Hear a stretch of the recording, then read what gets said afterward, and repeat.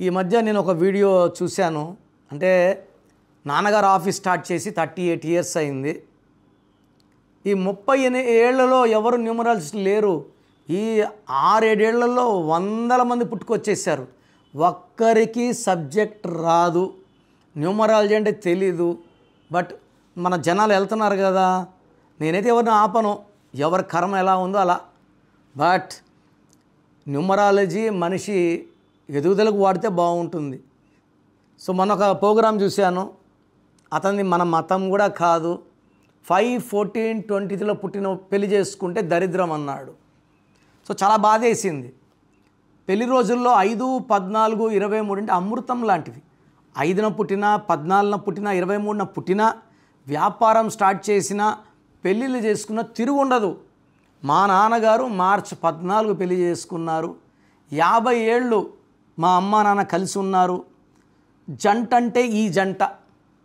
మా నాన్న అమ్మ ఒకే మాట. ఆమె ఏం చెప్తే ఆయన ఏం చెప్తే ఇది.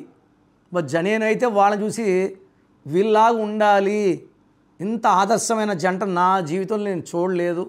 వాళ్ళు మార్చి 14న చేసుకున్నారు.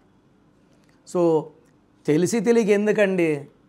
సో మా మతం గురించన్నా తెలియాలి, మా దేవుళ్ళ గురించన్నా తెలియాలి. ఏమీ తెలియకుండా న్యూమరాలజీ చెప్తానంటే ఇది కరెక్ట్ కాదు. సో 5-14-23న పెళ్లి చేసుకోవచ్చు. చేసుకున్న వాళ్ళు దివ్యంగా బాగుంటారు.